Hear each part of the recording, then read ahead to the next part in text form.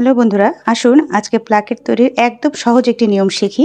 এখানে একটি কাপড়ের টুকরো নিয়ে নিয়েছি, আর এই কাপড়ের টুকরোর ওপরে আমি ফতু আর সামন পাটটা দিয়ে নিয়েছি। যে অংশে আমি প্লাকেটটা বসাবো সেটাকে সুন্দর করে সোজা পাশ দুটো কাপড়ের সোজা পাশ মুখোমুখি করে নিয়ে আমি সেলাই করে নিচ্ছি। সেলাইটা চারপাশ ঘেঁষে দিচ্ছি এবং 1/2 ইঞ্চি পরিমাণ কাপড় রেখে সেলাইটা দিচ্ছি। এই যে রাউন্ড অংশটাকে ছোট করে কাট লাগিয়ে নিচ্ছি যাতে কাপড়টা মোড়ানোর সময় খুব সুন্দরভাবে সেট হয়ে যায়। এই যে এবার কাপড়টাকে আমি সুন্দর করে মুড়িয়ে নিয়ে সোজা পাশে বসিয়ে দেব। তার আগে যে বাড়তি কাপড়টুকু রয়েছে সেটাকে আমি কেটে ফেলে দিচ্ছি। জাস্ট যতটুকু আমার কাপড় রাখা প্রয়োজন আমি অতটুকু কাপড় রাখছি।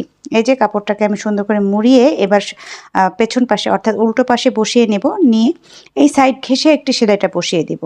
সেলাইটা বসিয়ে দেওয়ার পরে এই যে কাপড়টা যেটা খোলা অংশটা থাকছে, মানে পটিটার যে খোলা অংশ কাপড়টাকে, সেটাকেও আমি মুড়িয়ে নিয়ে চারপাশে সেলাই করে দেব। আপনারা চাইলে এই জায়গাটাতে হেমের মাধ্যমেও সেলাইটা করে নিতে পারেন।